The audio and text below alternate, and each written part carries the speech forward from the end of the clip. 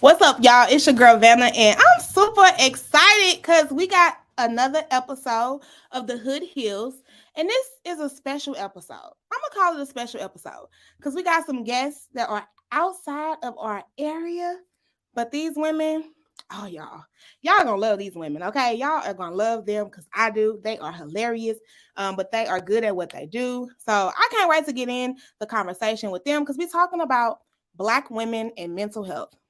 Yes, y'all know how I am about mental health. Y'all know how I am about trying to provide the resources. But this conversation is a little different. It's a little different, but you're gonna enjoy it. I promise you. You're gonna enjoy this one. So I need y'all to make sure y'all share and make sure y'all tag y'all friends who might need this. Anybody that's interested, any y'all out there that's interested in getting in the mental health field, join the conversation, okay? So we're gonna get this started. But you know how I do. I gotta do what I do and kick this show off like we do it every time.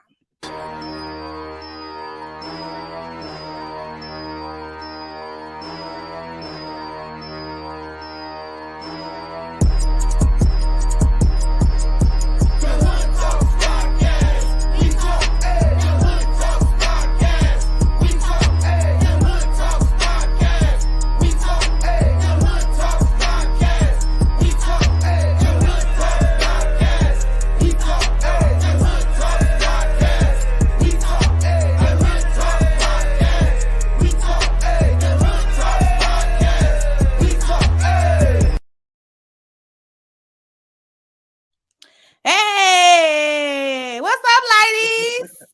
Hey, I saw you, Em. I know, right? It just gives you that, like, hey. My intro being that dope, though. Like, yeah, that was dope. Thank you, guys. Huh? Okay.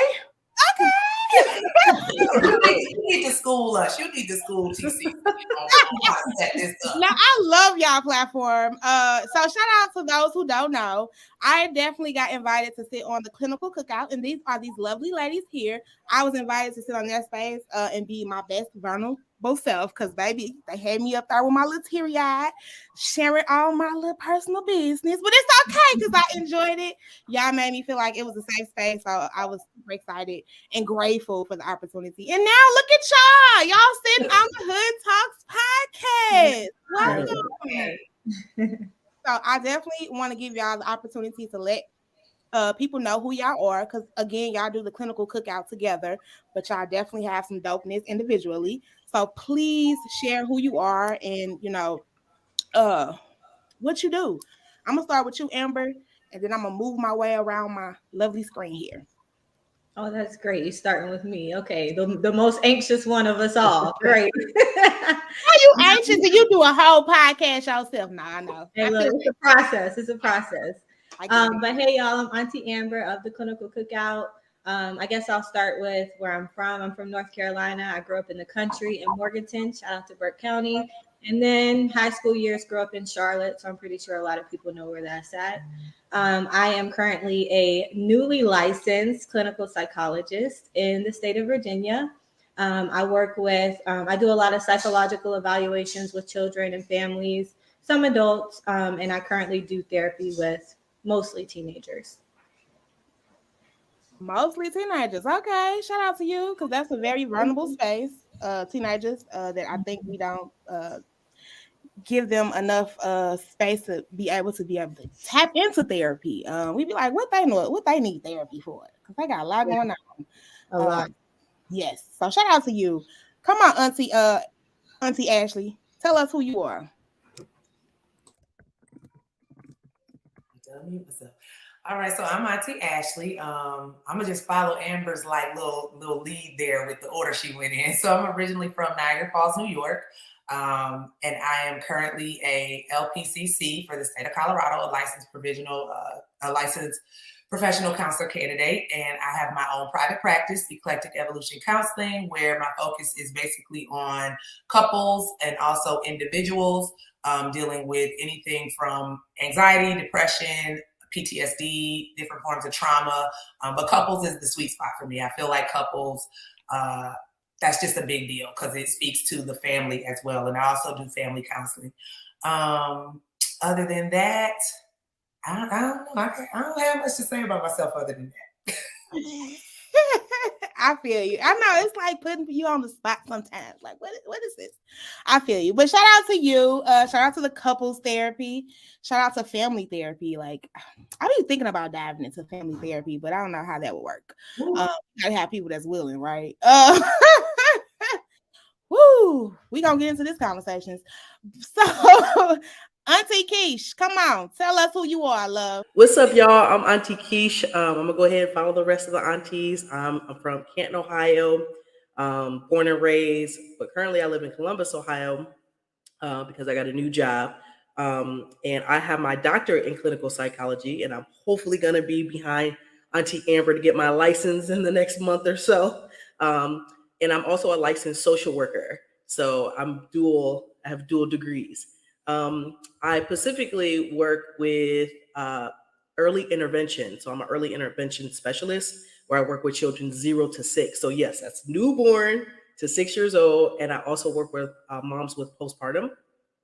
I do have a private practice and I do that at night. And I also study gun violence as it affects African-American women. And I also work with churches to integrate mental health into churches. So that is Auntie Kesh in a nutshell. All right, y'all. Hey, I am Auntie Sug, and I too am from Niagara Falls, New York. Me and Auntie Ashley are actually cousins. That's why we're from the same spot. I've not lived there in about 18 years. So right now I am living in Shreveport, Louisiana. I work with all ages, mostly ages 3 to 65, I think is my oldest client. And I really just love all of it. I do testing. I do family therapy. I do couples therapy. I do individual therapy. I do all of it. I love everything about the field. And the reason why I got into psychology and counseling was to heal my own trauma. So with that said, I'm a doctor of psychology, and I'm also a provisionally licensed professional counselor, which should actually be fully licensed independently in June. And I'm following Auntie Kesh and Auntie Amber with my license as a psychologist. Oh, Lord, look at all this excellence on my screen. Okay. Shout out to y'all. Y'all is not playing in this mental health space. Y'all like, we finna go get it all. We out here helping everybody. I mean, and y'all all somewhere from different areas. Yep. So, okay. I want to ask this question. How did you all meet? How do you all know each other to develop the clinical cookout? It's a good question. Nobody ever asks us that. I know. Nobody ever asked. Nobody ever asked. Yeah, listen, Auntie Sug got to answer it because she the reason. Okay.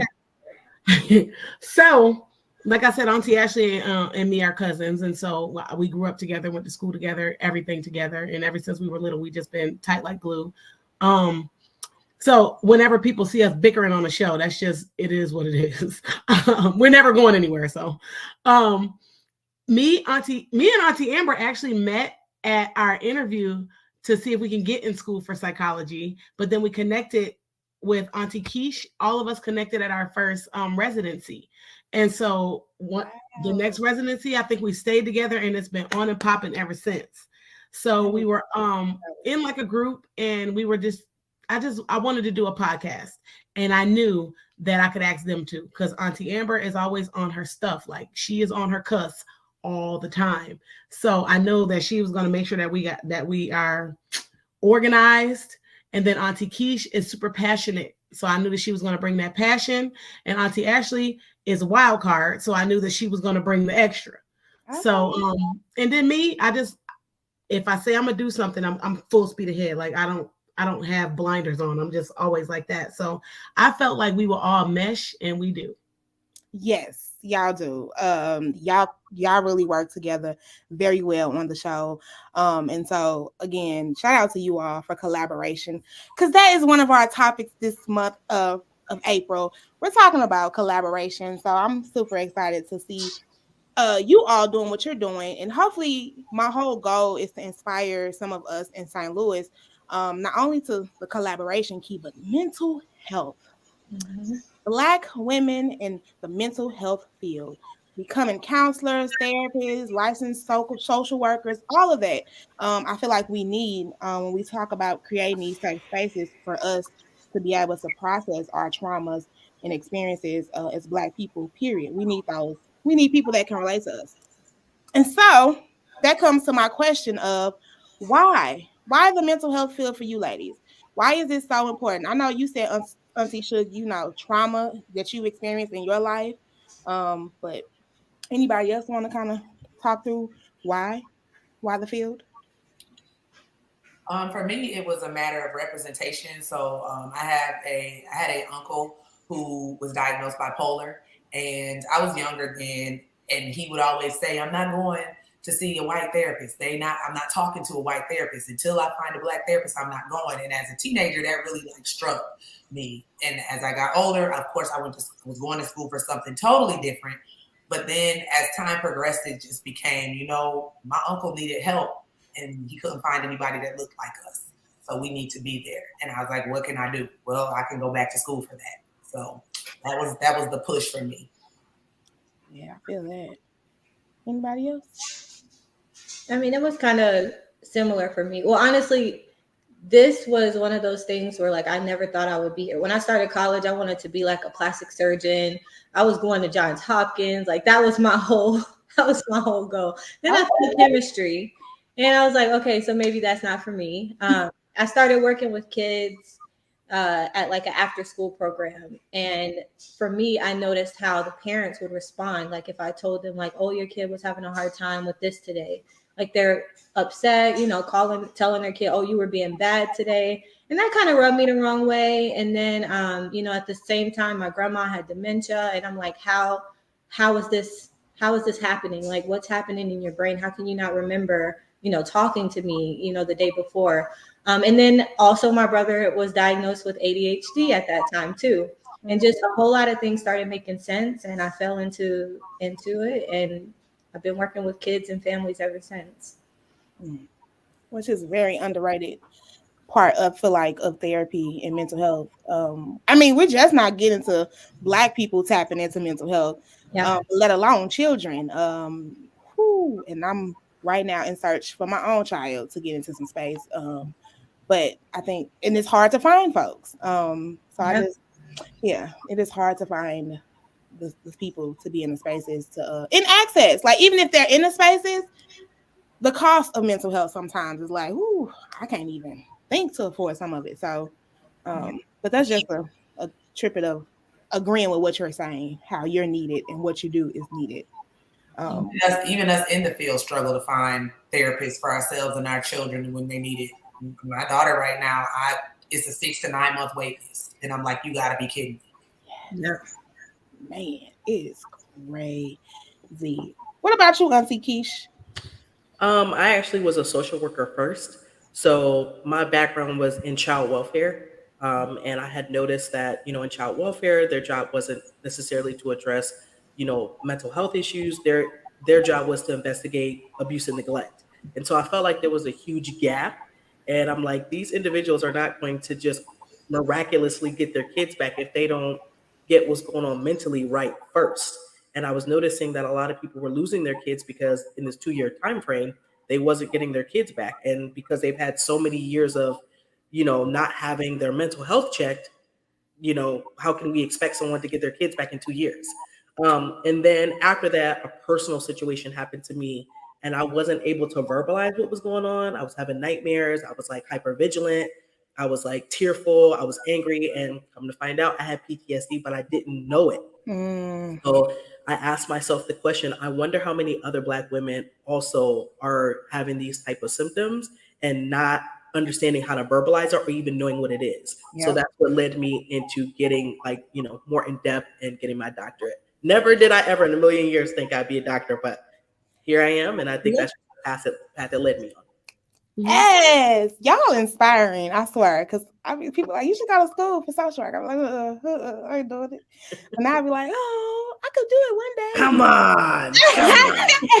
Because all of you are raising families and things like that. So this is inspiring for me. I hope it's inspiring some other women. So we can do this. Come on, Auntie Sug. I know again you had kind of talked about a little bit of it, and Yeah. But come on, tell us. I have a whole lot of stories. So I don't even tell everybody everything. I'm one of those private people. So I usually I could sum it up in some pretty good nutshells actually. When I was a teenager, I was one of the ones that was bad or that wasn't good enough to, to be around other people's kids, or just had trauma from growing up, but didn't know that I was acting out as a result from that trauma. So I had a probation officer. Her name was Miss Katerina. And like, I don't care. Like, I used to have to go down there every Tuesday, and like, she listened. Like, she was like literally there. Like, this is not a bad kid. Like, she's speaking, but nobody's listening to her. And so, she was a little white lady, and I never had nobody to like look at me and see me for what I was or for what I was going through, or not blame me for the circumstances that were happening around me.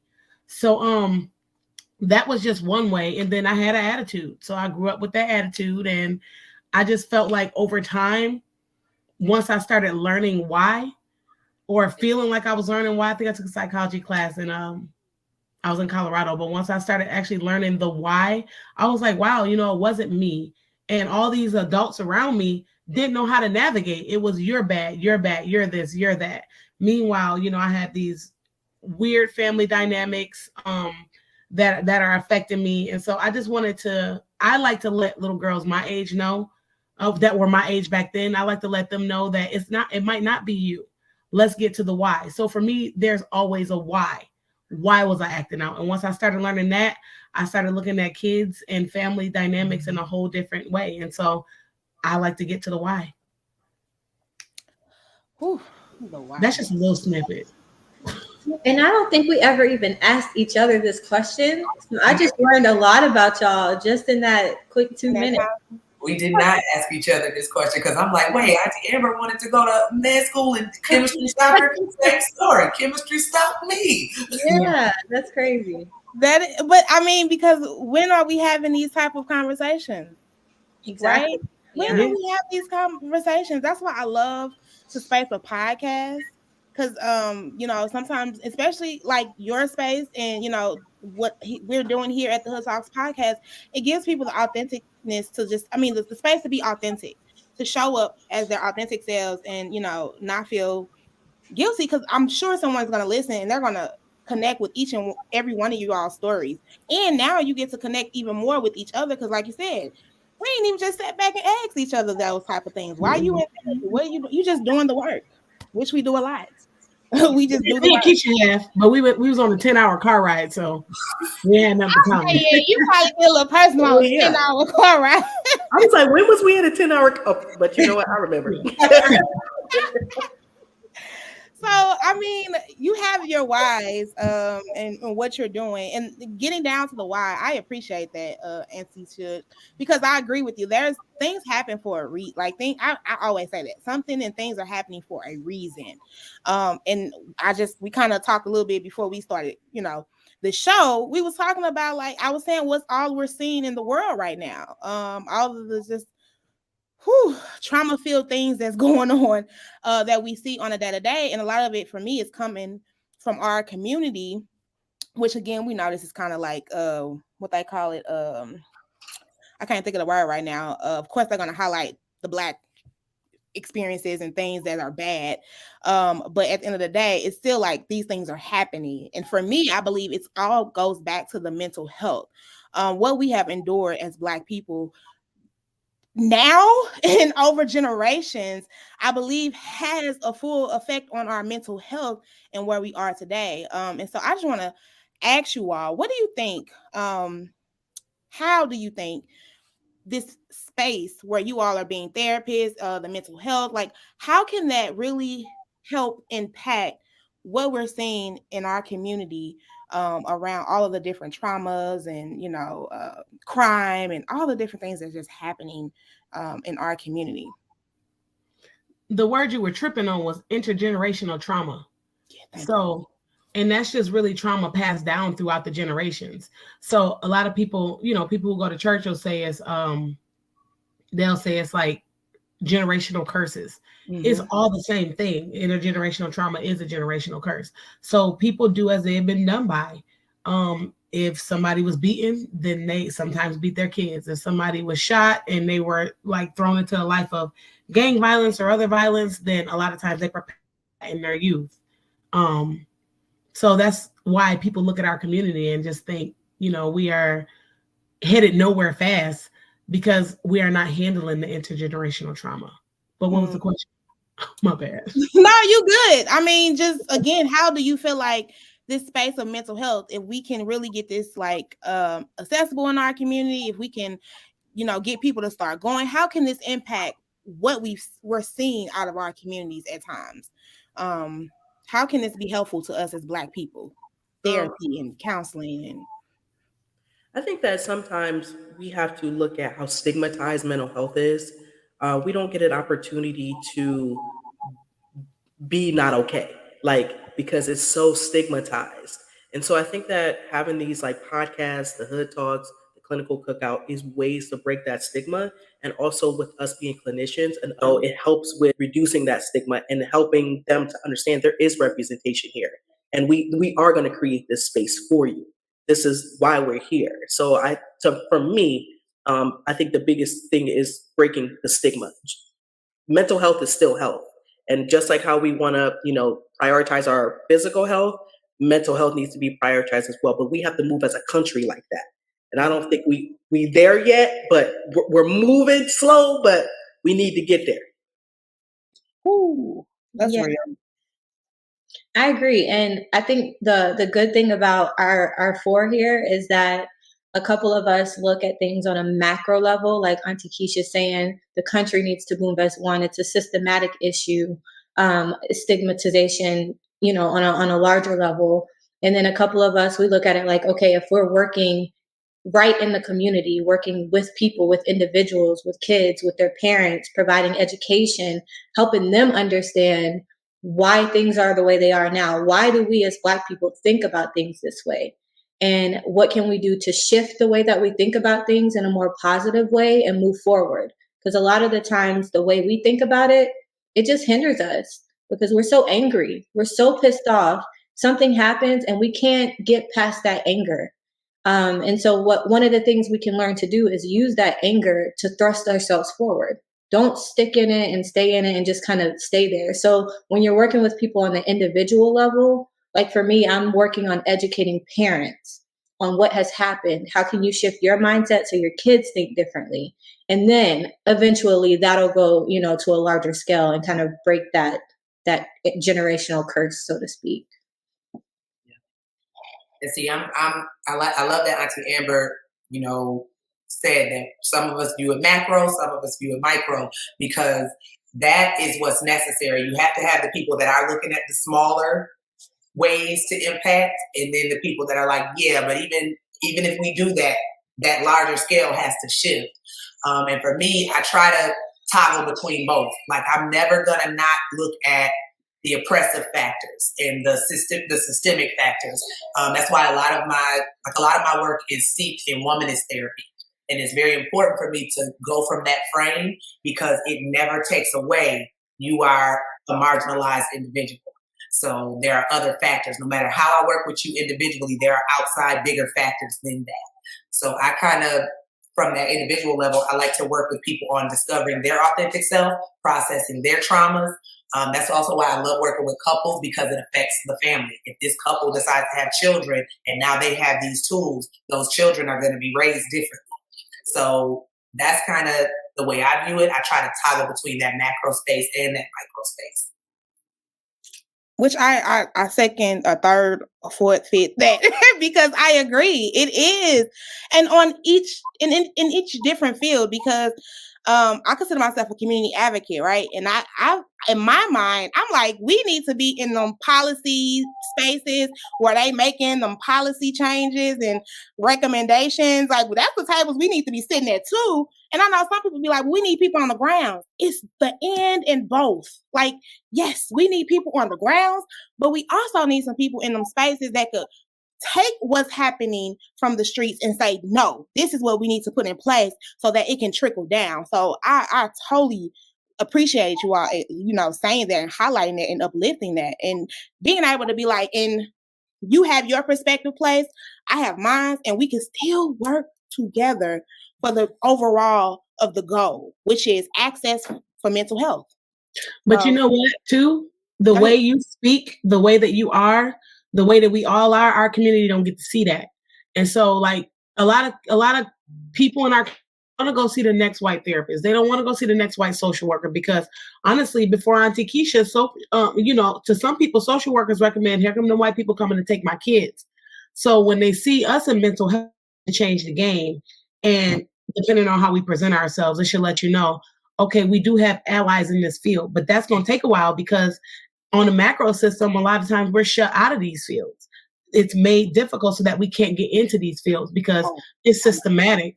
So just seeing us in this space or having a podcast called The Hood Talks, that's interesting. People going to look and be like, oh, The Hood Talks podcast? There's a podcast called The Hood Talks. Let me see what that's about. What's the Clinical Cookout? Everybody knows what a cookout is. And now we're talking about Clinical Cookout. And then there's 4 Black women. People don't get to see this all the time. That's why it's important for us to do this, because once our community start catching on, that's when the rest of the world catches on. What you said. That's it, Shug. That's it right there. Yeah, and not you being in my head, because why was I sitting here and I was going to be like, even the name of our podcast, The Hood Talks, Clinical Cookout, that speaks to our community. Not you. And baby, I was intentional about that DA, okay? When it first launched, when I first had like my first, we have a St. Louis American paper here. It's what's called the St. Louis American. And they did a whole little spread about the Hood Talks podcast and it's starting. And boy, that first hit was somebody white that was like, why does they have to say DA? Why couldn't it be THE? And I was like, in my mind, that ain't for you. That's why. This ain't for you. You don't get it because it ain't for you. There you go. And that's okay. Keep moving because I know who this is intentionally for. And I don't mind those other eyes on it because come to this space and learn as well. Like you said, those allies, come into this space and learn because you don't always get to hear our stories or our experiences. So you might not know, but don't come in here telling me what we should be calling or how we should be doing it because we know what we need. So again, shout out to us for providing these platforms. And y'all definitely got to check out the Clinical Cookout. So kudos to you. And I appreciate you saying we are not always welcome into these spaces. And sometimes we're not welcome as our authentic selves. Because even when you get into the space, whoo, baby, I have to like check myself. I was just in a meeting the other day, like Savannah, show up authentic. Don't, we code switch. Like you easily could be like, okay, let me make y'all be more comfortable so I can stay in this space. But nah, I'm coming through blazing and you're going to get all of my authentic stuff. And if you don't like it, I ain't meant to be in that space, okay? It's just what it is. And I've experienced that in my journeys of getting into some of these spaces. And I'll be like, ugh, I don't know. But yeah, and I think that's a lot of times what happens and where we got that, where people be like, what is it called? People would be like, you sell out in our communities because we kind of shift a little bit because we're trying to, in some ways, appeal in these spaces and make them feel comfortable, let alone us being comfortable, which I think is a whole nother mental health struggle, right? Yeah. I think that's raggedy of our community too, though. So yeah, you said raggedy? Yeah, I think it's real raggedy to be like, oh, you're a sellout. Because guess what? If somebody does not learn how to navigate in a different space other than the hood, then you don't make it.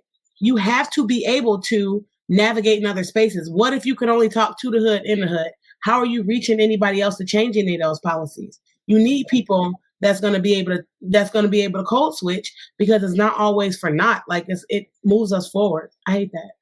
But not even code switch. Like you still have to be able to navigate speaking to someone that is from a different space. You don't necessarily have to change who you authentically you are, but communication is important. And like, even again, I say language is a barrier sometimes because even when I'm in them spaces, I'll be like, what is they saying? Because they're using those words and those terms and look, baby, I went to Vanna, right? I'll be like, what are y'all talking about? And then what I said, it's like, why you just couldn't say that? But so it's like trying to really, but that's expanding your horizon and your knowledge and that doesn't mean one way is better. It just means now you can understand what they're talking about. And I think a lot of times it's intimidating for folks. And I just say that on the other side as well. Like, I'll be like, should I say something? Because I don't know. But at the end of the day, like you have to. I'm with you. Do have to have some type of level of change that happens so that you can understand. Because if you don't understand what they're saying or what they're doing, you're not going to be impactful. You're just going to be sitting in a space holding a place, and we don't need that. So. I wanted to add to what Sug said. Oh, sorry, Ashley. I didn't know. Go ahead, Kesh. I just wanted to add to what Sug said about navigating some of those spaces. Sometimes it's not even always about communication. Sometimes you can be a great writer, even on words onto paper. Like, you can use your voice in different ways. And sometimes you can even have an advocate in that space and have someone lobbying or advocating for you, like, hey, this is what we need. And maybe I can't say it the right way, but I know you can. So is there any way you can sit into that room and get my message across, because we need these changes in this community? Yeah, I think that there's absolutely, I think Sug is right when it comes to communication and being able to navigate those spaces. But I wanted to be able to expand that we could do this in several different ways. But sometimes we get that one-track mindset, like, oh, well, if they ain't going to accept me, then I ain't going to be. No, sometimes you don't need to do that. Sometimes somebody else can do it for you. Sometimes somebody else can do it for you. And you know what? Y'all know me. I'm always going to be the one that's like, I understand everything y'all saying. And yes, we do need to be able to maneuver those spaces. But I'm also about breaking the white supremacist structure and everything that we have in this country. Because my thing is, if I have to walk in a space and know how to be in that space, why don't those people in that space have to be culturally competent and understand me too? Like, it's not just on me to code switch or speak a certain way. It's on you to learn how to understand me as well. And we are always given, it's like the burden is always on us to make the change. When on that macro level, why don't you, even in our field, even in the mental health field, they have culturally competent coursework now, supposedly, but you still have therapists going to school right now who do not learn how to be culturally competent. So it's like, if you don't know how to deal with me, why should I have to switch myself to deal with you? And I hear that, and I feel you too, but as someone, again, and this is in Missouri right now, we got, on the state level, we got some laws that are trying to be put in place when we talk about DEI and all of that. They're trying to put a law into place right now to say we don't need that and we want to ban that in the health field. So when I say, I hear what you're saying, sis, but they got their agenda and they running with it. So it's like, if we want to really talk about how we're going to impact our communities, we have to get into them spaces some way and somehow. It's not going to happen overnight, but I agree. We do need those spaces where we be like, okay, look, now you need to learn. But even if that, I feel like this sometimes with these trainings, like, you could take a training all day, every day. Does that really change your heart? No, it does not. Does that really change your heart? I'm just saying, like, you could take a training, cultural congruent and all these DI trainings. Is that really going to change until you get into a space where you know and you love somebody that look like me or really care about somebody that look like me? That's when you're going to really want to change. Mm-hmm. So that's when you're going to have to get into these spaces and you're going to have to be your authentic self. But again, you have to make someone feel comfortable in order to make them feel vulnerable. Yeah, I would like to add to what Ashley said. Although I agree, Auntie Ashley, I think there's a part of this where there's a lot of deconstruction, and that deconstruction isn't going to happen overnight. And so sometimes we don't have the time to be teaching these folks that they need to be acting right, or else we're going to knock their fucking head off. So we got to go in there and be like, you know what, today we'd like to talk about this, and we'd like to get this policy changed for this community. Sometimes you got to switch it up because you need that money right then and there. And sometimes that's the only opportunity you get. And if you fuck that opportunity up because you talking about, no, bitch, we ain't got no money. So one of us got to go in there with our head on straight. That's why I said I get both sides. It's like a time and a place. Yes. It's an end and we need both of those things, but we got to know who we dealing with when we dealing with them. Right. And two things can happen at once. You're absolutely right. Two things can happen at once. We can deconstruct and get somebody in the room that's willing to talk for us and get the money that we need and the funding that we need to make sure that our community is okay. We can do both at the same time. We don't have to pick but and it's a collaborative effort. Absolutely. And also just like looking at the bigger picture of it. So right now we do have to code switch or whatever in these spaces, but it's for a bigger picture. It's to get ourselves in these spaces so that we can start to create our own higher spaces where we feel comfortable to be ourselves. But just in the meantime, unfortunately, we got to push through. We got to keep shifting. We got to keep navigating. We got to get ourselves in these places, get that money, get that support, get somebody to speak for us. And eventually, like the larger goal is for us to have our own spaces that we go into. And when they come into it, they have to understand us. They have to be able to navigate us. But that's like, that's further off. But right now, the work that we're doing, we're making those small steps to get there. And I did want to comment on something Auntie Kesh said about having to do everything on your own. Because I think that's a Black woman's experience that a lot of us have, right? It's feeling like, okay, well, I ain't going to ask nobody to help me. I'm not going to ask nobody to speak for me or lobby for me or advocate for me. I'm going to do that myself. I'm going to go up in here and do this myself. And sometimes that can be detrimental. Sometimes you push yourself into that space because you think you got to do it all on your own. Everything's on our backs. Everything is on our back in our minds. So you get in that space and then somebody tears you down. And what does that do to your mental health?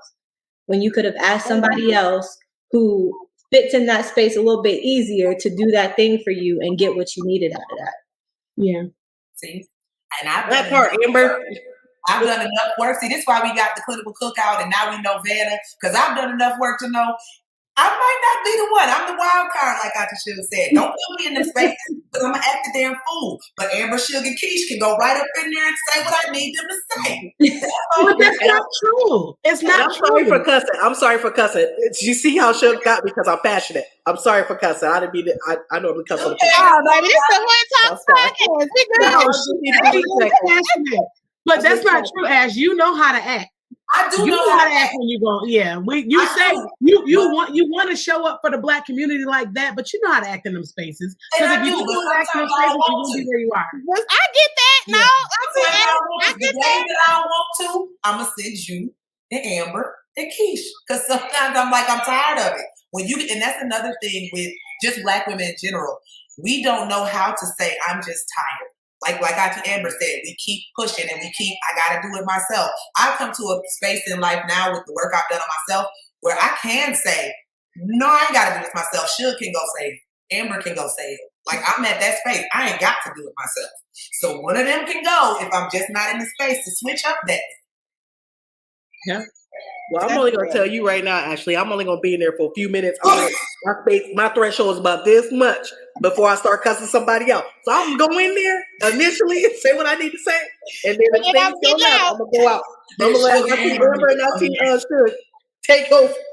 No, I feel all of that. I do. I feel all, because that's one of the things for me too. People be like, oh, you the voice. No, I'm not. No, I'm not. I am not the voice. I'm one of the many voices. Again, why I do this space the way I do it. I'm one of many voices. And I'm trying to open the door so more can come in and we can keep flooding these spaces. Because it's going to take, like you said, it's going to take more than just one, because I want my mental health to be okay. And sometimes dealing with this fight that we're dealing with, it's hard. It's heavy. It's tough. I got babies, I got a partner. I'm like, I got life to live. Like, so no, I'm just one. I can't always be in the activated fight mode. Because that is, and I think as Black women, sometimes that's where we always are. We're in that active fight mode because we're just out here, like you said, we grind it and we feel like we got to do it, because if we don't, who gonna do it? Yeah. And sometimes we doing it alone in these silos. And again, I keep talking about that, the collaboration and just the moving together. How can we really do that? But I think for me, it also goes back to healing. And trust. And trust. You got to be able to trust whoever you're moving with. Because, I know one of the things I think a lot is if I don't do it, it's not that nobody else is going to do it, but if somebody else does it, they're not going to do it right, or they're not going to do it the way it needs to be done. So you have to trust the people that you're trying to move with to, be on the same path. You meet people, you have the same passions, and then you work from there. You don't want to try to work with somebody who thinks about things completely different and thinks they gotta, fit into the majority all the time and doesn't understand the authenticity and all of that. You don't want to work with that.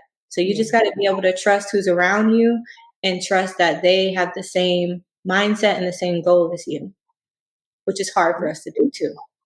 It is, because it goes back to healing and trauma. A lot. I just really, again, think about that in our community, and because I come from that lens as well. Like, I've had trauma and I'm healing.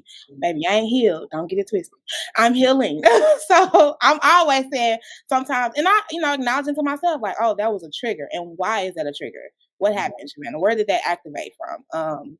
And it's really hard to be able to do that for yourself. I acknowledge that. And a lot of people ain't there. A lot of people are not in that space. So anything you can do to say, or in art, I feel like, again, with the collaboration and moving together for us, it's like anything you can do or say, you mean no harm, could come off triggering to us, unfortunately. And so that's why we get that you a sellout in them spaces, because you feel like if you got in that space and you if we get in a space, a certain space, you just left me out. Nah. I'm trying to move so I can get you and everybody else in. And I ain't leaving you out. I'm just trying to move and I'm moving. I'm moving on my day to day. And I love how you all are in these different spaces and places. But you find one common thing that you all can, like, okay, we can move this together forward. But I'm sure y'all all are doing and busy in your own individual lives.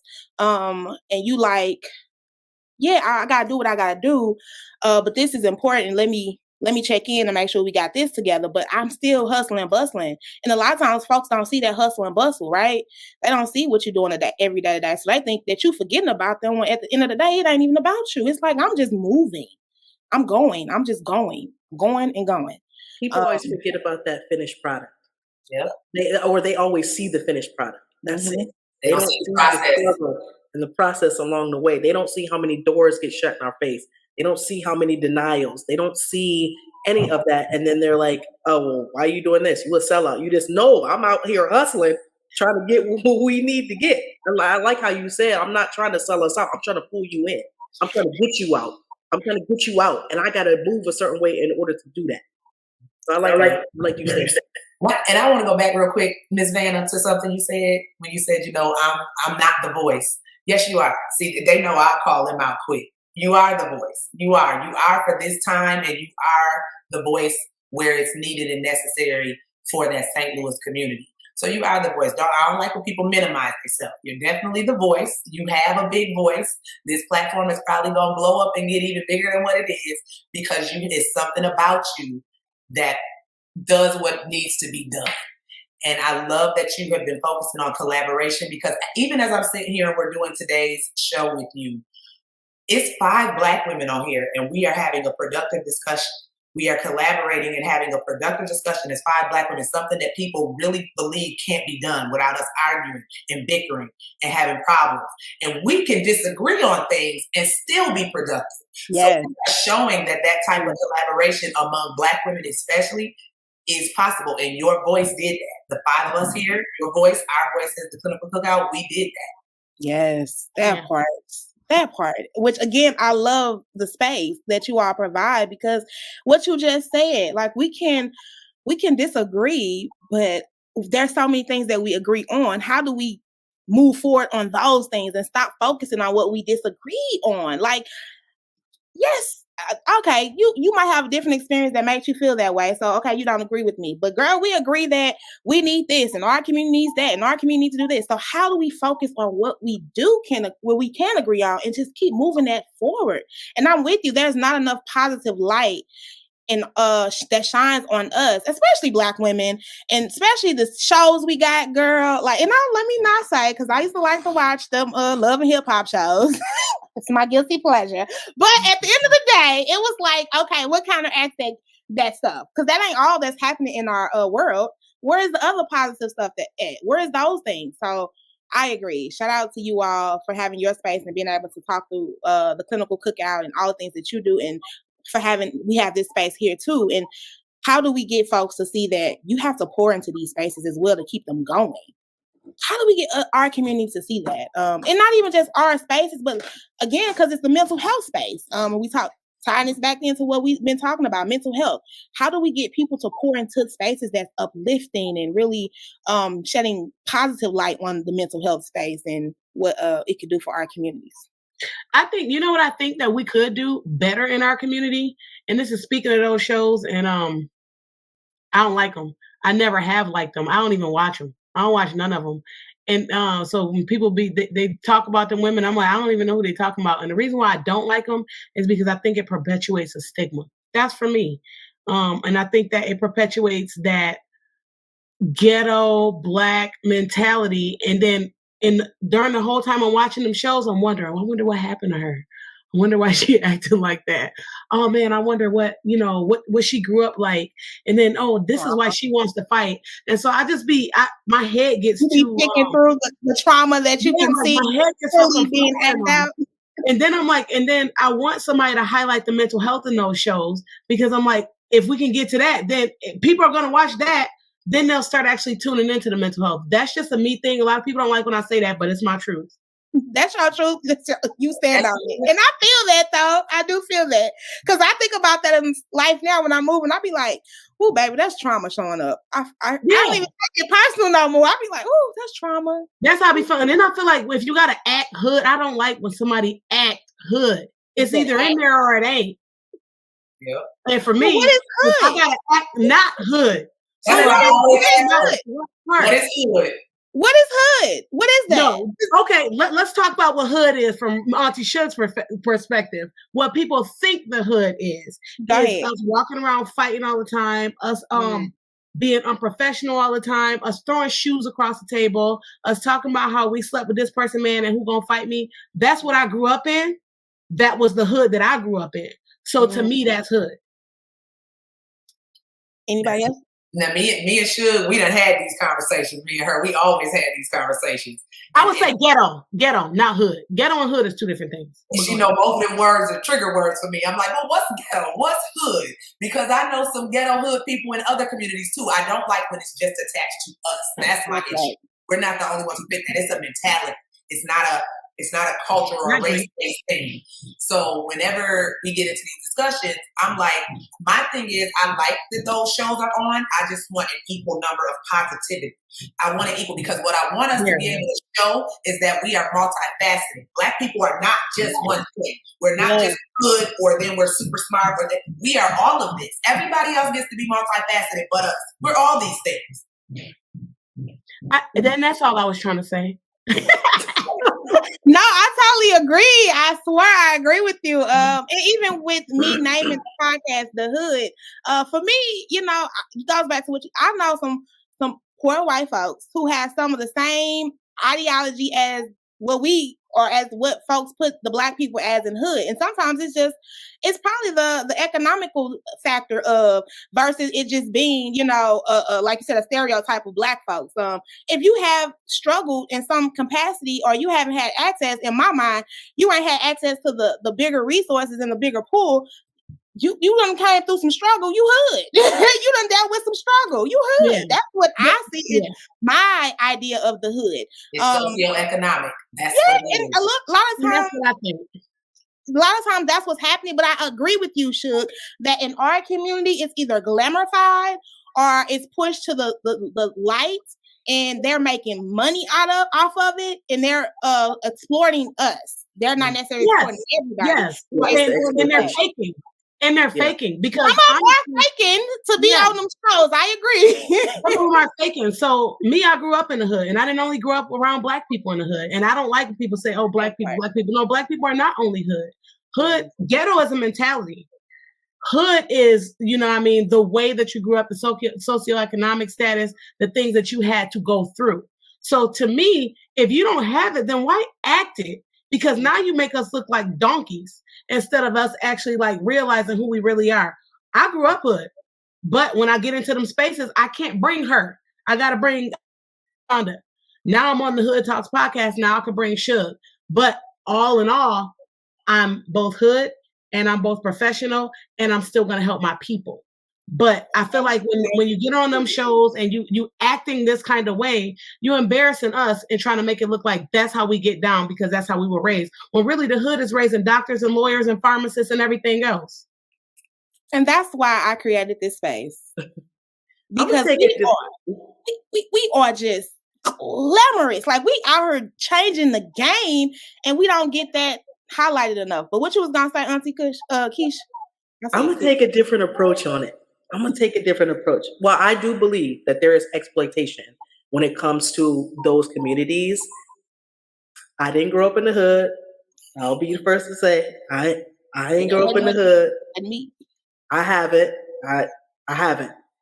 But there's something about those individuals being their authentic self without having to think it through like how we got to think it through.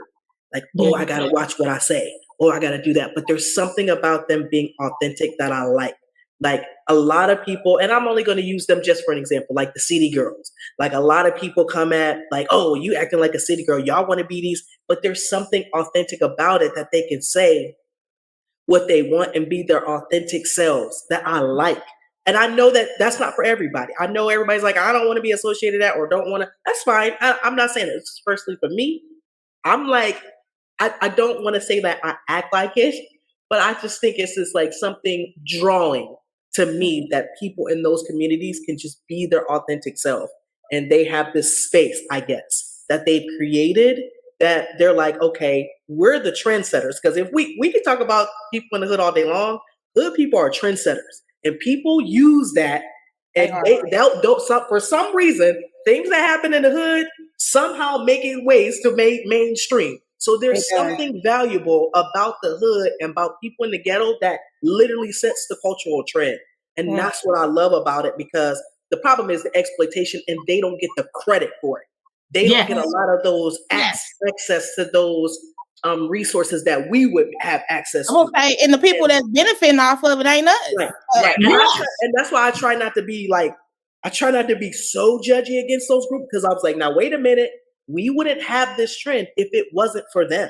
If we wouldn't wear the big earrings, the edges, the AAVE, we wouldn't say any of that. The long fingernails, they was doing that back in the 90s. And now they're doing it today, and it's like, oh, this is the trend. No. This started with us, and this is what we did, and now I feel like those individuals deserve the credit. So I just want to make sure I always give them the credit. And I love me a hood kid. I love Auntie Kesh. I love Auntie Kesh because she just said what the authenticity of people who grow up and struggle, and it's like, I can't be anything but myself. That's a draw for anybody else, because everybody else is trying to be their authentic self, and they don't even know what that is. I literally work with clients on who are you? Who is your authentic self? And a lot of people can't answer that question, but I guarantee you one of the city girls could tell me who they are, because they know who they are. Like, and my thing is, I love. You say though, like, cause I would really love to have a conversation and really dive, because we see what we see on TV. Like, I don't know. Just talking about acting, right? I don't have a conversation. Like, even okay, and this one thing, and we gonna go back into some stuff, but one thing, cause like we look at what's her name? Oh, what is that girl name? Blueface and Krishan.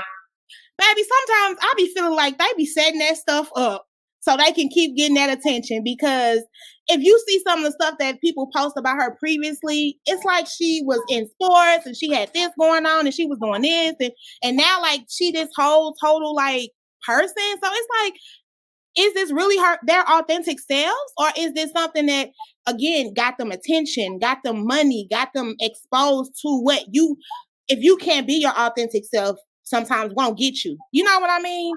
So, I think that can also exist in the conversation as well, of how far are you willing to go to be exploited. So I guess those two conversations can't happen at once. And I don't know Christian's past life. I did see that she was a track runner and beautiful girl. So I don't know what happened to her life, but I just know I try to hold that space also for them to be their authentic selves. And you would hope, but again, like you said, I know everyday people who are struggling to be their authentic selves. I can only imagine what celebrities have to go through, especially with the lights shining on them and the judgment that you get sometimes. And again, sometimes, it's just praise. So you like, let me keep acting up so I can keep getting the praise, because it comes from, again, we talk about trauma. It goes we call that secondary gain in our career field. secondary gain, where no matter what you do, you're going to get some kind of reaction that you're looking for. And I don't know if that's what they're doing. When I was talking about being hood, I said I am hood, so I don't mind it. I'm talking about the exploitation of our culture is what I can't stand it. But that's called secondary gain, where you have to keep on acting out for TV because you know what? You keep on getting paid, and then you keep on getting money. And then now people look at us. I lived in the UK, and they look at us like we're constantly on BET with disgust. And no, we're not out there to show and be show monkeys and show that we're great people. We really are great, I promise you. But there is something in that to the reason why, you know, our community is abused, because now we're perpetuating that, and then people are scared. And I think I think all of that bothers me. I can't necessarily always reach the macro level, so I think sometimes micro. I think macro, but my job right now, since I'm not in the macro space, is micro. And I think, I mean, you can never, I always say you can never know anybody. Like right now, if I say a certain thing, Auntie Sug out of everybody on here will know if I'm being authentic because she knows.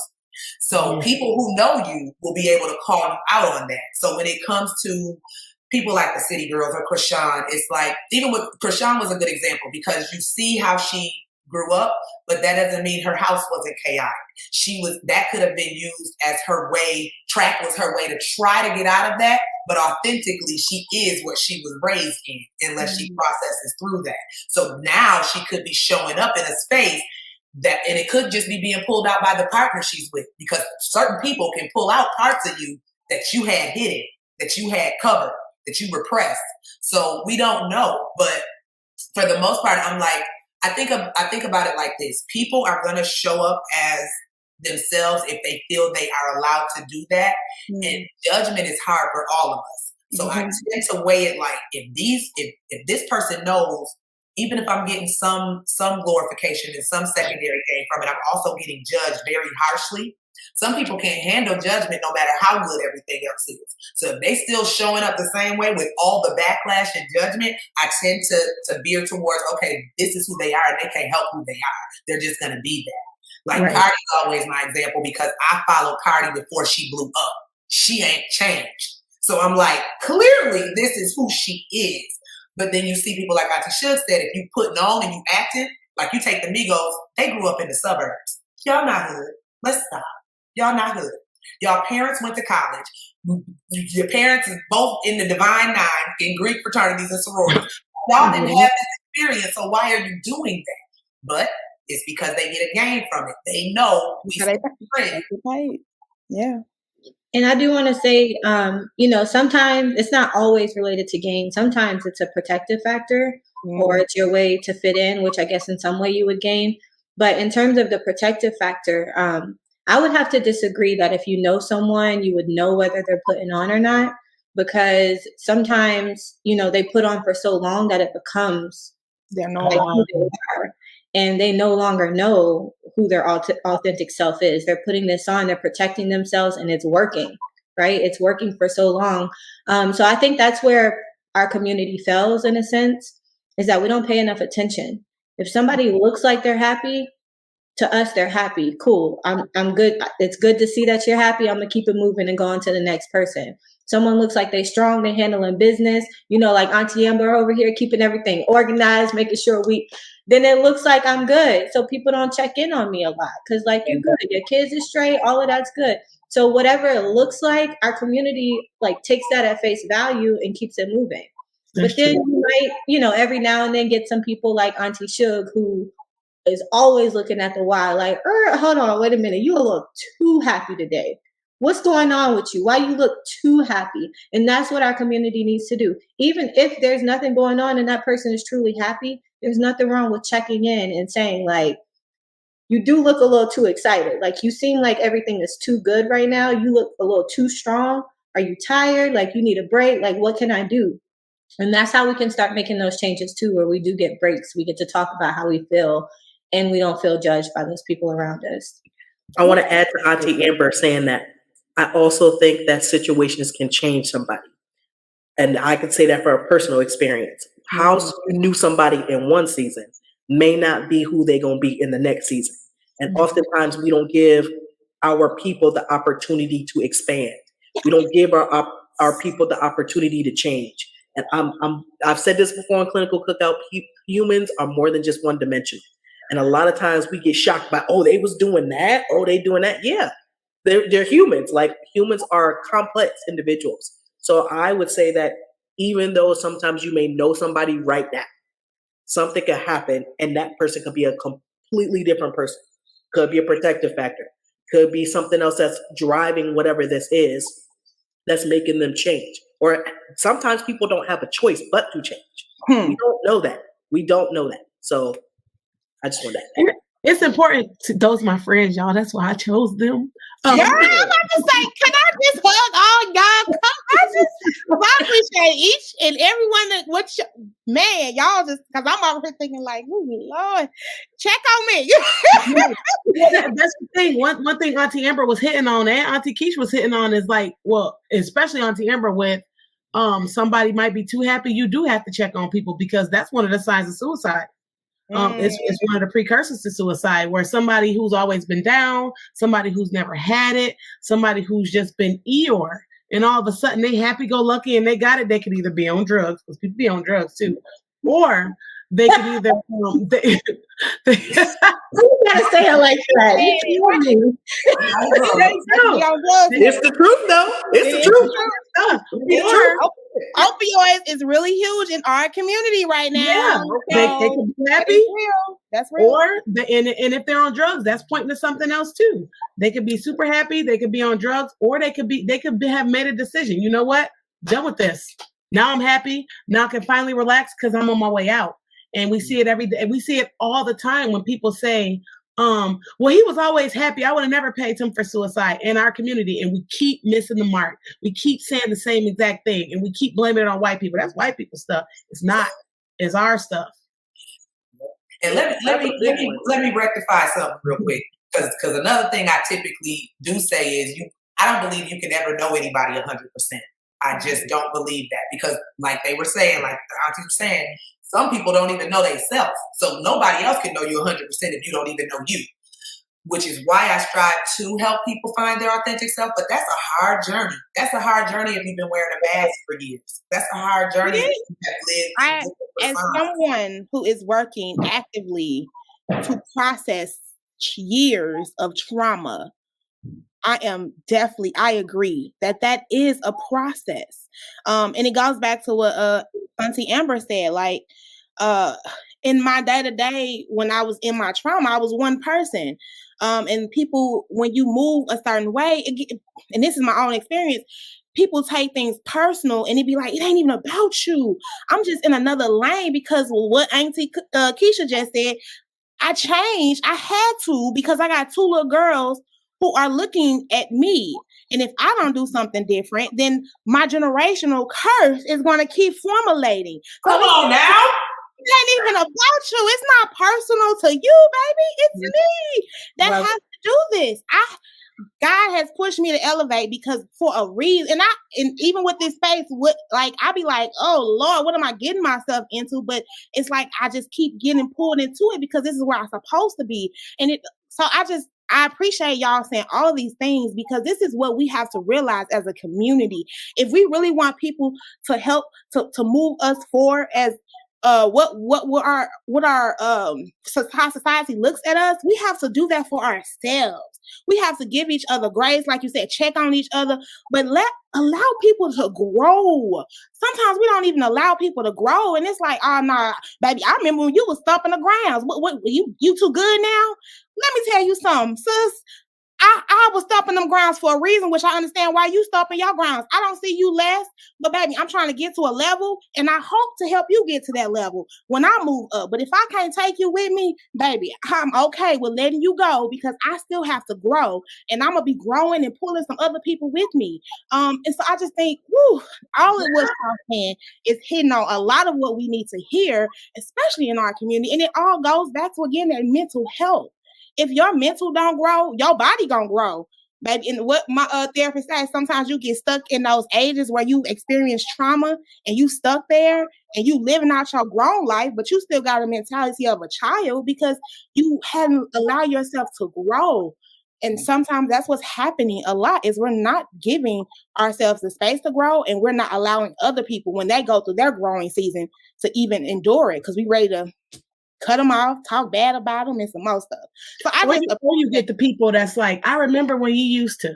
I'll leave them people alone. Remember you used to fight. Remember you used to do this. Remember you used to have attitude. Remember you used to be like this. Yeah, I do. But guess what? Now, like you said, you got little girls watching you. Me, I'm big on that. I got nieces watching me. I got my nephews watching me. I can't be embarrassing people out here. And what fires together, wires together. And so what that means is when you were young, you thought as a child, you did childish stuff. So when you were young and you were getting all that secondary gain from it, right? Or you were, what did Amber's dad say? When you were insecure, because a lot of times we acted out for insecurity. You were scared of what people were going to think about you, or you wanted them to think that you were big, bad, and bold. So that went hand in hand with the fight because they're firing together, right? And it's wiring together. Your brain is learning, oh, this is what gets people going. This is what gets me to be looked at like I'm cool. And then all of a sudden, your brain starts to go the same way. So when you have to break that, you have to actually separate that. It is going to start looking different. And you do have to leave behind those people that try to get it to fire together again. You have to do some rewiring of yourself and actually move yourself in the opposite direction. And it's okay if it's not cool. I'm never worried about being cool because guess what? I want them to look at this later on down the line and be like, dang, my mom held it down and she didn't have to act like a fool to get it. And this is why I say every single teenager, it just needs to be an automatic thing that every teenager goes to therapy. Just automatically. When you become a preteen and you start shifting into those years, just get your kid in therapy. Because that will help them process everything Auntie Sug was talking about and how you're trying to navigate the world and learn yourself, learn people. That's a whole lot for somebody to try to do in a couple of years. And so I just say do that. Our society would make it like doctor's visits and make it you got to do every month check-ins as a teenager once you hit 12. Like make it like that. But that's a macro level thing that we got to fight for. Yep. And Vanna, let me just say something. I'm working on it. Don't you ever say that you're not the voice again after the message you just preached. Don't you ever. Girl. I'm going by experience. I'm just really going by experience. And I love to be like, I love showing up as my authentic self because I feel like people be like underestimating who I am when I go into spaces. Even my own folks, baby, they underestimate. And I be like, that's okay. Keep underestimating me. Our own folks the worst. Our own are the worst. Okay, that's just baby. I already know how they feel about me, so it's like I really don't be too bothered. It might come across a couple of them that's really cool, and I'm like, okay, that's what's up. And but for the most part, I know how most of them feel about me. Okay, so I ain't even really trying to deal with a lot of you. I am trying to deal with us because I love us. Through all of what we the ghetto, the hood, the professional, whatever, I love us. We're so. Like real talk, it sounds cliche, but we are resilient people. Like if you look back what we've been through and how we've overcome and how we keep overcoming, it's like it has to be magic. Like this is just whoa, God. Like how could I could never. Anyway, but so I just be like, man. So I love us. And even like I said, now with the lens that I have, when I look at things that happen, and people do things, I now take that like, ooh, it's just trauma. I get it. And I have more sympathy and empathy for my fellow Black person. Cause I'm like, I get it. I see what we up against. And then I ain't no telling what you've experienced. And a lot of times I also notice that sometimes a lot of the trauma, because of survival and all of that, a lot of the trauma that we have experienced has come from us to each other, in our homes and our, but again, that goes from what has been, put on us. But I do acknowledge that, a lot of us have experienced trauma within our own community. And so that's why we have this, but this is why we have spaces like this to talk through those things and really uplift that there is still so much positive things going on. So shout out to you. Shout out to y'all. Shout out to this great conversation. I really, really appreciate y'all joining me. and I kind of want to start like getting this kind of like summed up. So I want to ask y'all, one each. Can y'all really address a stereotype or something that we've heard in our communities around Black mental health, and really address something, just address it and you know, uplift the right thing that people they need to know? Does that make sense? Did I formulate that a little? And I was like, y'all, no? Yeah, no? Sorry, I'm thinking, because there's a whole lot of misinformation, stereotypes, especially with kids. And, you know, the one thing I'm thinking about is how kids act in school and like how they're perceived by their teachers as being, you know, bad, wild, whatever the term you want to use to describe a kid who's not sitting down in their seat all day long, you know, paying attention. I think it's a stigma a lot for our Black kids that something is wrong with them if they can't sit or if they can't pay attention or if they're not learning quick enough. And so, you know, one thing I would say is always considering, like Auntie Sug always says, considering the why, right? Did that kid eat that morning? You know, how's their home life? What's going on at home?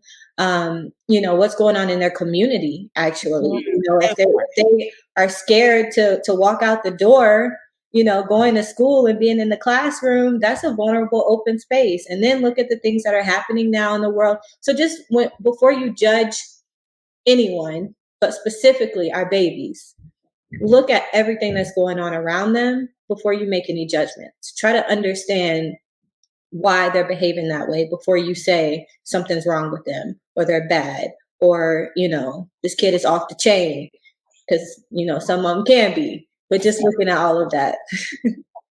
One thing I like to harp on in our community is I teach conflict resolutions, like for instead of kicking kids out of school whenever they get into a fight, figuring out why they're fighting, actually there's a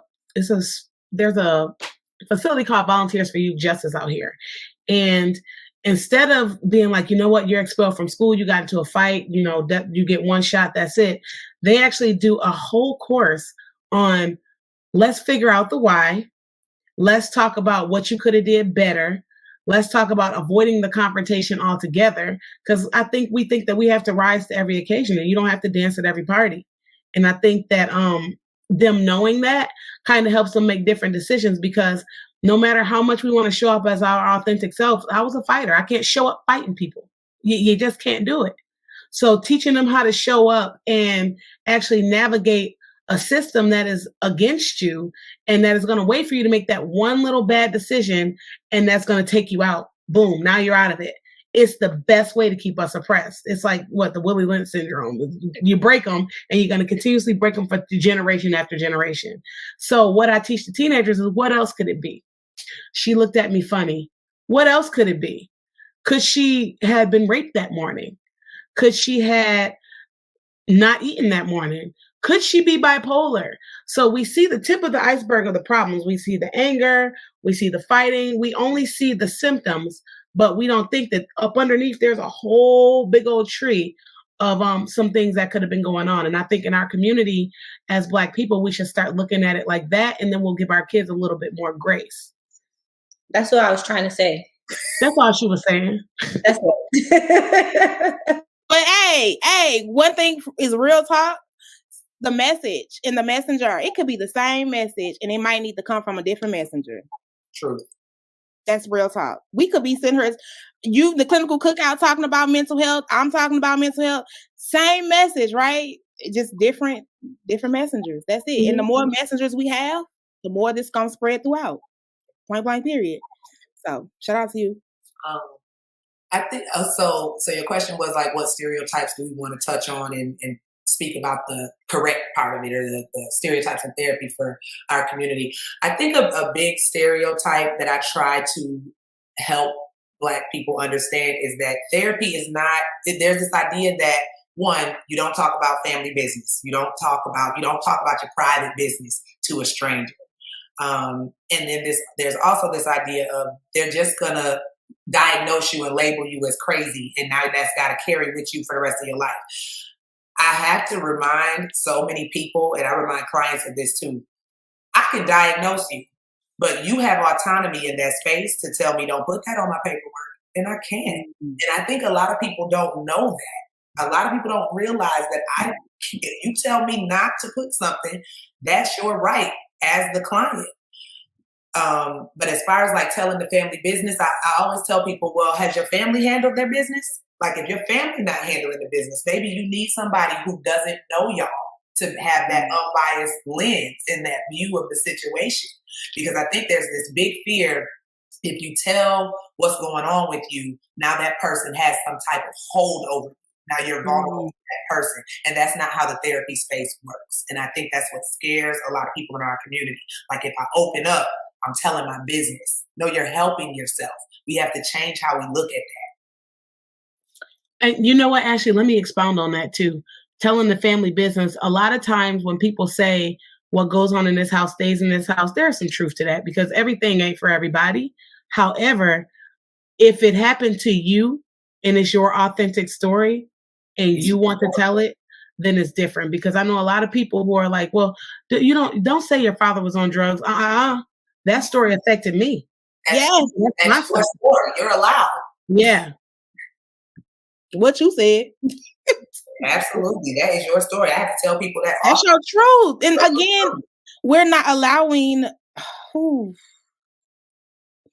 I'm preparing myself. There's going to be a time where DeVale or Delilah going to say, Mama, you did something to me and I didn't like it.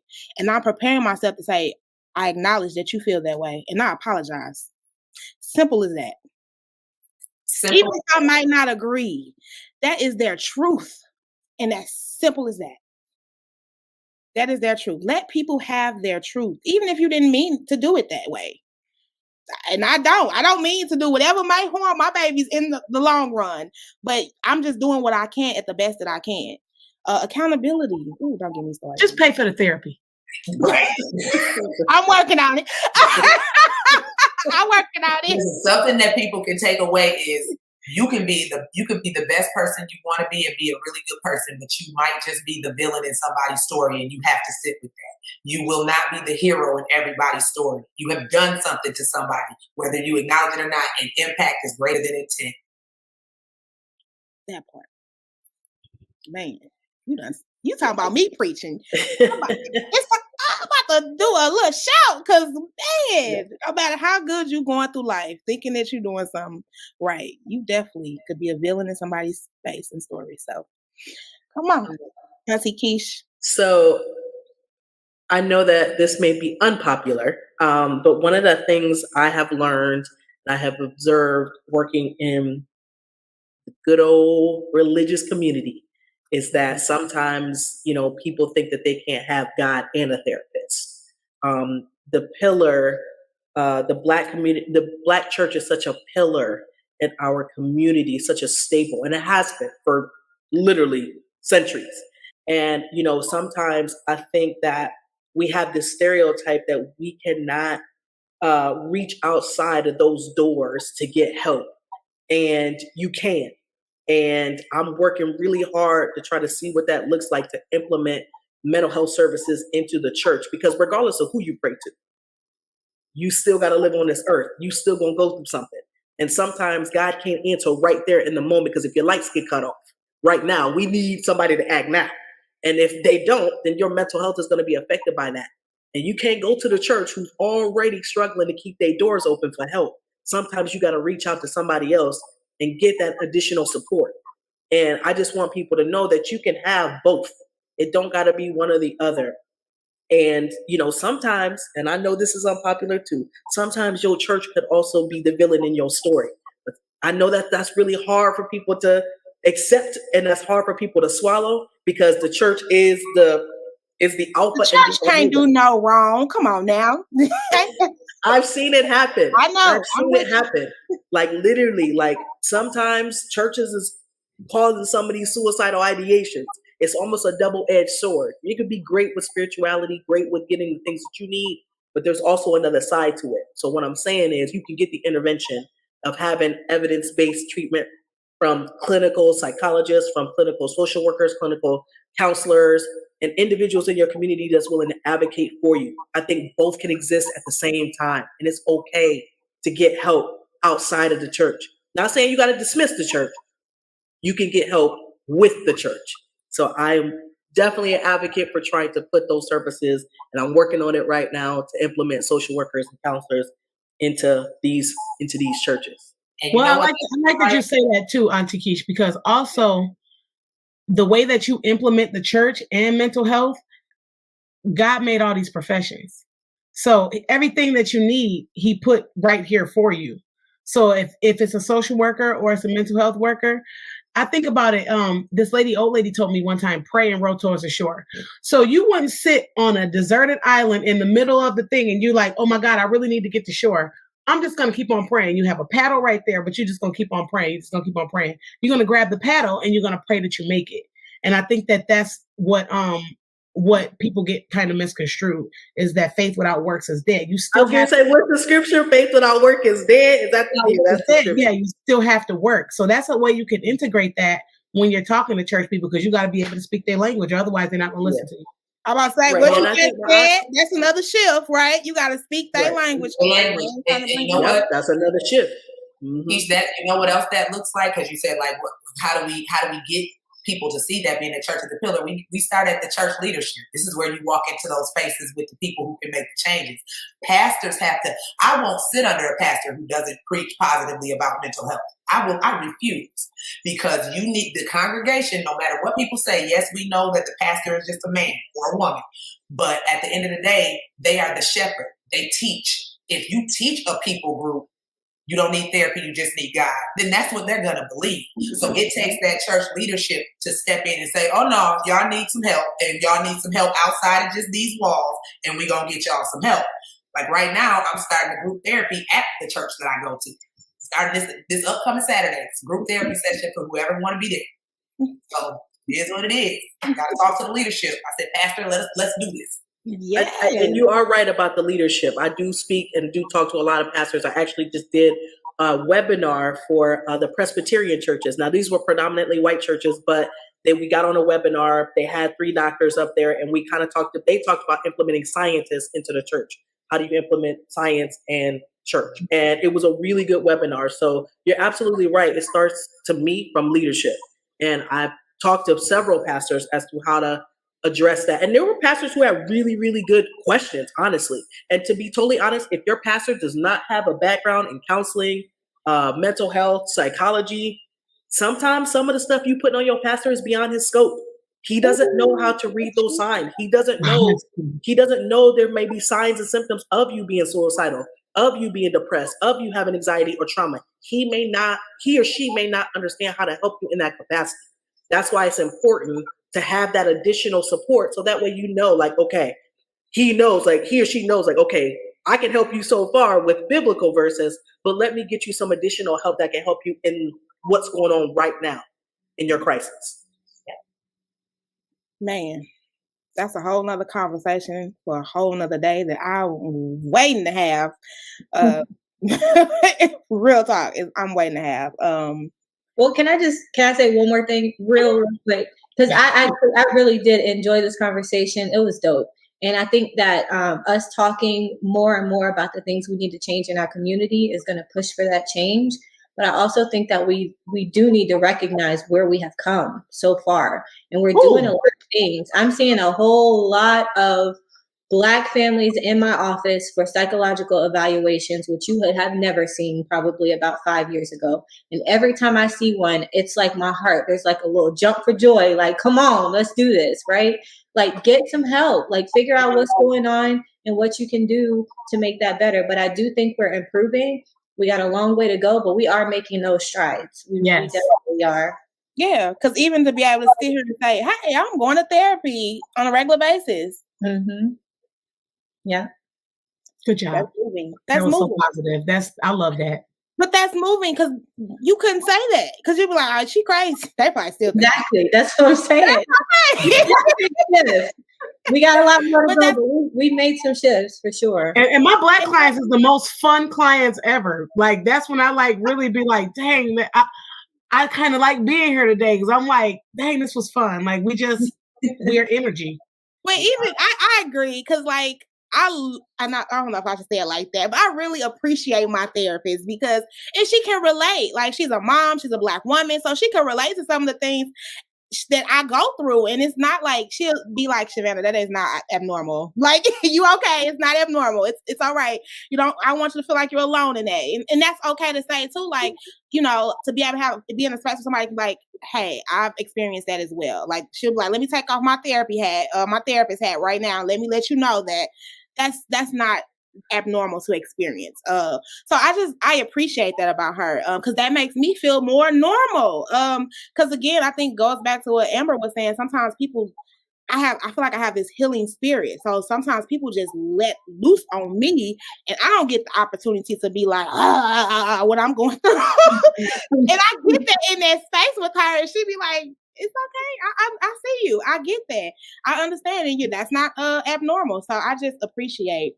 I appreciate you, Black women in mental health. I appreciate y'all, and we need more of you all in this space, as do Black men. I'm not here to shame Black men. I say we need you too, but I definitely appreciate the Black women in the mental health space. Thank you all.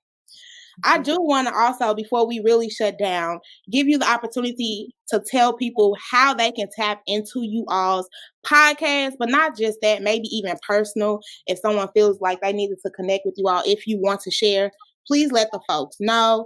For the Clinical Cookout, you can follow us on all platforms. We're at the Clinical Cookout on Facebook, TikTok, and Instagram. On Twitter, it is at Clinical Cookout, and also we are on YouTube. Please, more important than anything, subscribe to the YouTube page. That's how you get updated on our episodes and any new content we have. We do episodes, we have clips, we have mini sessions where maybe one or two of us are talking about a specific topic. So that's all the ways to follow the Clinical Cookout. We also have our website, www.theclinicalcookout.org. You can learn more about each one of us if you go check out the website. And we're also planning to bring in some webinars and some different things for the people. We want to do a mental health cookout gala. So y'all get ready. Y'all got to support us, though, if you want these things. You can't ask for positivity and not support the people trying to bring it to you. So come on and subscribe and do all the follows and likes and shares and all that. And go to Facebook and leave a, what is it called? Where they leave the stars, like they put a review. A review. Leave a review. Leave a review on Facebook. That is super important, and as well as subscribing to YouTube. Now, individually, we can all speak for ourselves. I ain't speaking for y'all individually. Well, can I add one more thing to the group? For I know YouTube, you have to watch our episodes. If you prefer to listen to our episodes, we're also on Anchor and Spotify. We're on Amazon, we're on Google, and we're also on Apple, I believe. So yes, we are. If you want to listen, we're doing all those as well. So they everywhere. Everywhere. Where you listen to the Hood Talks podcast, go listen to the Clinical Cookout. That part right there. Now, individually, y'all can follow my Instagram for my business, which is Eclectic Evolution Counseling. You can do that. And also you can follow me on TikTok at Ashman Finn. I do a lot of mental health stuff there. And I put a lot of clinical cookout stuff there. So if you want, you can do both. Both and both. All right. Anybody else gonna know? Okay. Well, go follow Auntie Kesh on TikTok too while she's sitting there being all quiet. She do mental health on her TikTok too. Kesh be killing it on TikTok. Y'all do need to go follow her. I need to follow. Do I follow y'all? Yeah. I feel like I need to follow y'all separately. I don't think I do. I don't have anything to follow separately. So I work in Louisiana. In June, I'll be getting licensed, and then hopefully I'll be able to work up under compact. I got to figure what that looks like. So whereas I can actually take people from different states because I will be a dual license. So more to follow. More to follow. I'm in a very small town in Virginia, down south, King George, Virginia. So if anybody I doubt it, but if anybody happens to watch and you need some services, I'm at Insight Psychological Services in King George, Virginia. All right. Don't sleep on You in Colorado. You never know, but it's so small. Ain't a lot of us out here, so I don't know. We'll see. You can see anybody in Virginia, though, right? I can see anybody in Virginia, but I don't do a lot of therapy. I only keep my teenagers that I have currently. I'm doing psych evals, which are all in person, so they have to come to me. Well, I mean, if I was an hour away, I'd still take the drive to meet a dope black psychologist. I mean, yeah, I'm the only one out here, so you're the only one. I'm gonna come get you. If you should do services in Louisiana. I have a private practice where I work telehealth sessions only in Ohio. So if you're in Ohio, we can definitely do that. And yeah, that's what I got. Oh, and my TikTok isn't Kesh. It's iSmith429 because I don't know why I wouldn't change that. I don't know why it wouldn't be TikTok Kesh. But yeah, I'm on there, doing what I do. Okay. I am not too up on TikTok. I got to do that. So, but black folks in Colorado that might be watching, because we out there, I'm licensed in Colorado, so telehealth only. If you anywhere in Colorado, hit me up. Oh, I am just love it. Everyone in their own different places and spaces, but just coming together. I love it. I love all this dopeness. Well, there y'all is. There we are. This was a great episode. I appreciate you all coming to my space and delivering this great conversation with me. Keep tapping in, y'all. Keep tapping into the Hood Talks podcast because we moving right along. After this show, it is going to be May. Ooh, and in May, we are talking It's Your World, Big Girl. A fat girl experience. And that's what I said. A fat girl experience. So y'all better keep tapping in. Don't play with me. Don't play with me. Don't play with me. We're going to keep bringing y'all the shows. And on that note, y'all, we out. Don't play with it. Don't forget to subscribe to our YouTube page and also follow us on all our social media. And you can find all of that information at www.thehoodtalk.com.